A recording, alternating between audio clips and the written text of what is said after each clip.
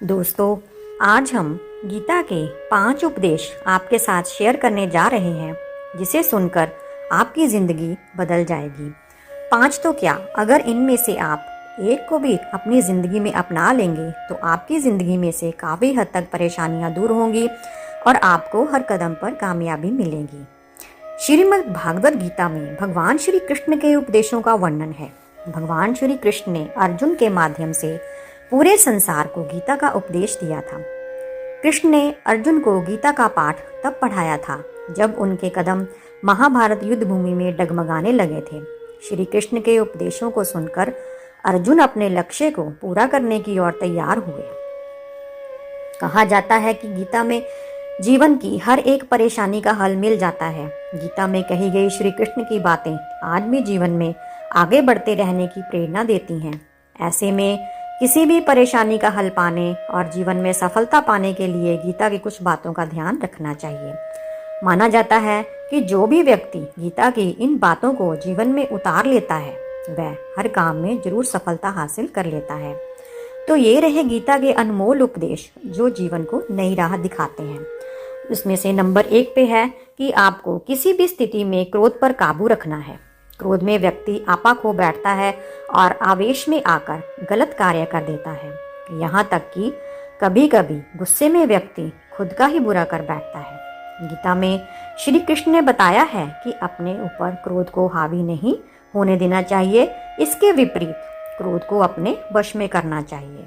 Number 2 पे है फल की इच्छा छोड़ कर्म पर ध्यान देना चाहिए। भगवान कृष्ण कहते हैं कि मनुष्य को फल की इच्छा छोड़कर कर्म पर ध्यान देना चाहिए। मनुष्य जैसा कर्म करता है उसे फल भी उसी के अनुरूप मिलता है। अगर हम अच्छे कार्य करेंगे, अच्छे कर्म करेंगे तो हमें उसका फल भी अच्छा ही मिलेगा। अगर हम बुरे कार्य करेंगे, बुरे कर्म करेंगे तो हमें उसका फल भी बुरा ही मिलेगा।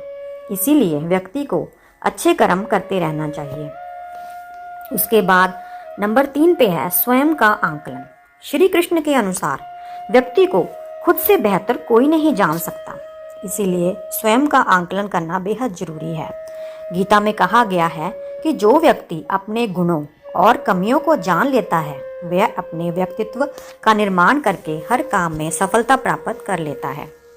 उसके बाद नंबर 4 पर है मन पर काबू पाना। हमारा मन ही हमारे दुखों का कारण होता है।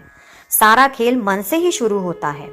ऐसे में भगवान कृष्ण ने गीता में कहा है कि जिस व्यक्ति ने अपने मन पर काबू पा लिया वह मन में पैदा होने वाली बेकार की चिंताओं और इच्छाओं से भी दूर रहता है।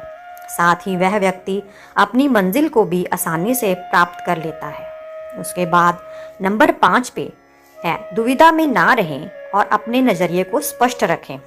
भगवान कृष्ण ने कहा है कि व्यक्ति को संदेह की स्थिति में नहीं रहना चाहिए। जो लोग दुविधा की स्थिति में रहते हैं उनका भला नहीं हो सकता।